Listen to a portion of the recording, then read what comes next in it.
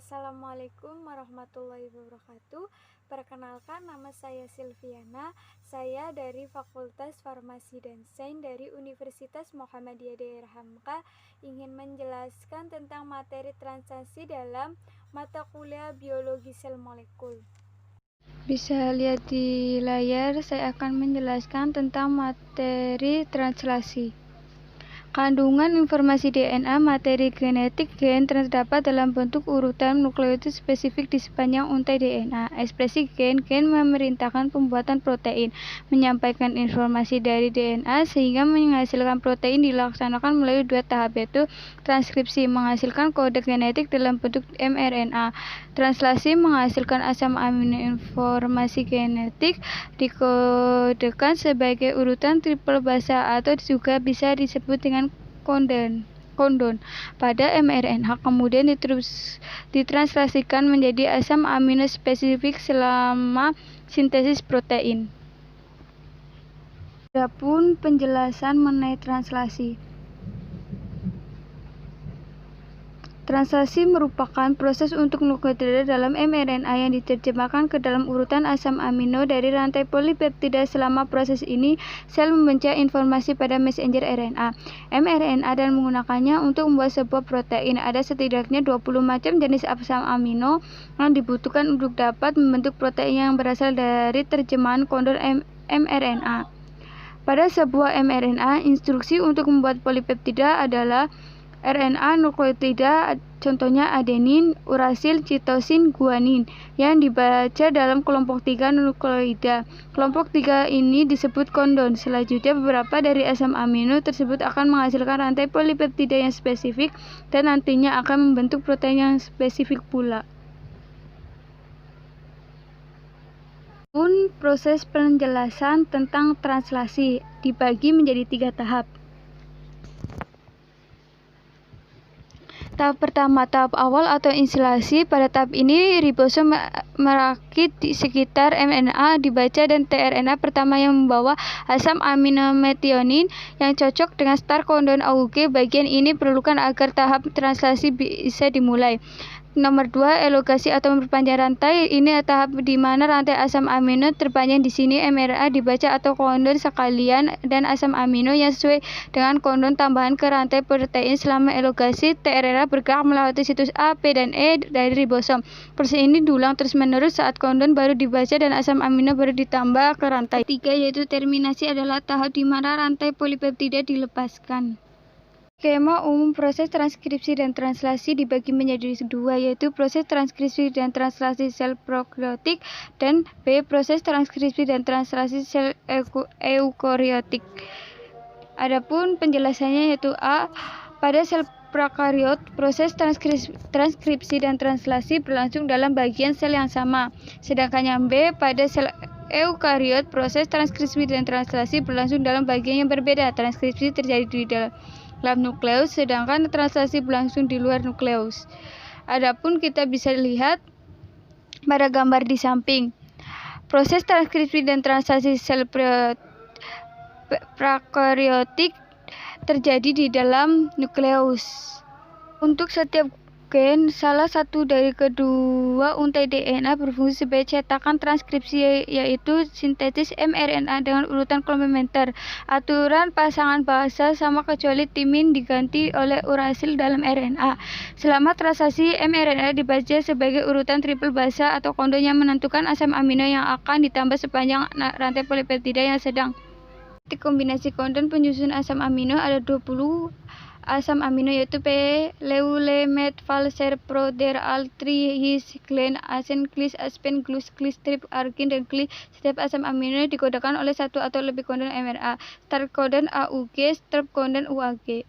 Adapun penjelasan translasi. Translasi adalah proses menerjemahkan urusan nukleotida kode genetik yang berlangsung pada ribosom di dalam sitoplasma. Genetik diterjemahkan menjadi urutan asam amino. Kode genetik dibaca dalam bentuk triplet yang mewakili 20 asam amino. Satu unit triplet yang terdiri dari 3 nukleotida disebut kodon. Setiap triplet dibaca dari urutan 5 ke 3.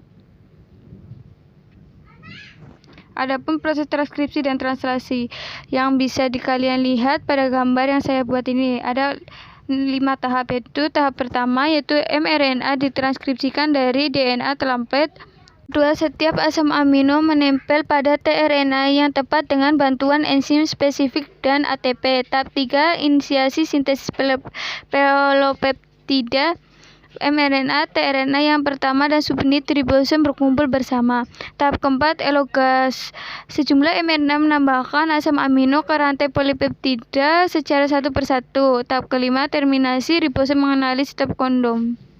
Sintesis polipeptida diakhiri dan peptida lepas. Adapun penjelasan mengenai mRNA, struktur messenger RNA. mRNA adalah sejenis RNA beruntun tinggi single transit membawa informasi yang digunakan untuk mensintesis protein. Nama messenger RNA diusulkan oleh Jacob dan Monod pada tahun 1961. Molekul dari mRNA adalah untai tunggal seperti molekul RNA dan komposisi dari mRNA sama dengan DNA sehingga isi GC mRNA sesuai dengan isi GC dari total genom yang ada, perkecualian untuk bisa nitrogen puri di mana pada DNA basa purin terdiri dari sitosin, timin, sedangkan pada mRNA terdiri dari sitosin dan urasin. Selain untuk menjadikan cetakan untuk sintesis untuk komplementer baru saat replikasi DNA, untaian DNA berperan sebagai cetakan untuk merakit sekuensi nukleotid RNA komplementer. RNA adalah komplementer dengan DNA kromosom membentuk hidrida RNA dan DNA setelah pemisahan dua untai DNA. Sintesis mRNA dicapai dengan hanya satu dari dua untai DNA yang digunakan sebagai template. Enzim RNA polimerase bergabung dengan ribonukleotidase, dengan demikian menjadi katalis dalam pembentukan ikatan 3 dan 5. Fosfodiester yang membentuk tulang punggung RNA. Dalam hal ini, sintesis rasio AU-GC RNA mirip dengan rasio AT atau GC dengan dari DNA. Sintesis mRNA dimulai pada ujung 5 dan arah pertumbuhan adalah dari ujung 5 ke ujung 3. Fungsinya sebagai pembawa informasi genetik dari DNA inti yang akan translasi untuk mensintesis. Adapun tRNA, struktur tRNA yaitu ditemukan oleh Robert Holdy pada tahun 1965. Suatu molekul tRNA terdiri dari suitas molekul untai RNA tunggal yang panjangnya hanya sekitar 80 nukleotida dibandingkan dengan sebagian besar molekul mRNA yang panjangnya ratusan nukleotida. Karena keberadaan rentangnya basa komplementer yang dapat saling berikatan dengan hidrogen, untai tunggal ini dapat mengulangi dan membentuk molekul berstruktur 3 dimensi dengan pipih ke dalam satu bidang untuk menunjukkan perpasangan basa ini.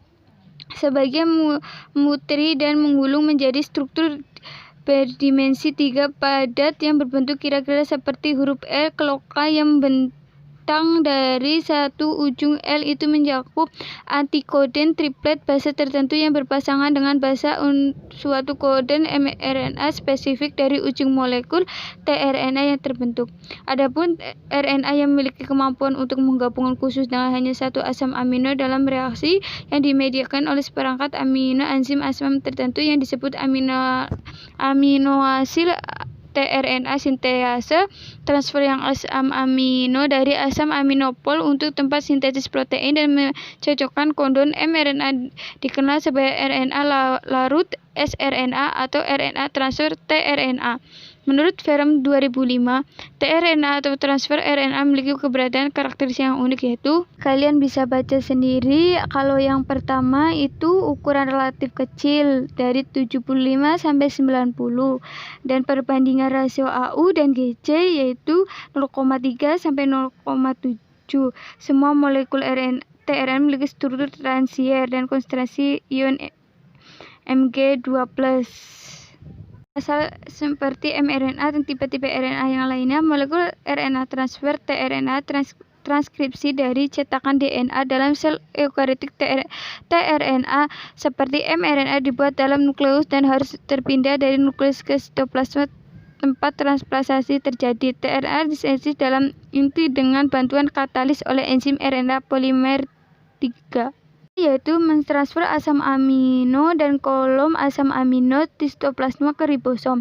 Suatu sel setiap menjaga agar sitoplasma mempunyai persediaan ke-20 asam amino, baik dengan mensintesisnya dari senyawa-senyawa lain ataupun dengan mengambilnya dari larutan sekitar molekul-molekul tRNA yang tidak semuanya identik. Kunci untuk menentukan pasangan genetik menjadikan urutan asam amino spesifik. Setiap tipe molekul tRNA menghubungkan kode mRNA tertentu dengan asam amino. RNA. Struktur RNA ribosom. RNA stabil atau tidak larut RNA merupakan bagian terbesar hingga 80% dari RNA total seluler. RNA ribosom ribonukleik asid atau asam ribonukleat ribosomal adalah molekul utama penyusun ribosom. rRNA dan protein secara bersama membangun sumbit ribosom yang terdiri dari sumbit kecil dan sumbit besar untuk kemudian bergabung membentuk ribosom. Fungsinya ketika dua sumbit terikat pada mRNA saat transaksi.